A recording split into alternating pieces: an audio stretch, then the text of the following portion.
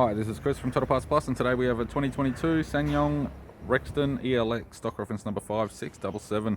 The shape runs from the 12th month 2020 and is the current shape. It has an RDE2 2.2 litre 4-cylinder turbo diesel engine backed by an automatic 4-wheel drive transmission. RDE2 2.2 litre 4-cylinder turbo diesel engine. We have the right hand headlight, left hand fog light, left guard has no damage, left power door mirror, left front 18-inch factory alloy mag with a good tyre, bonnet has no damage, left front door has 2 small dents, left rear door has no damage.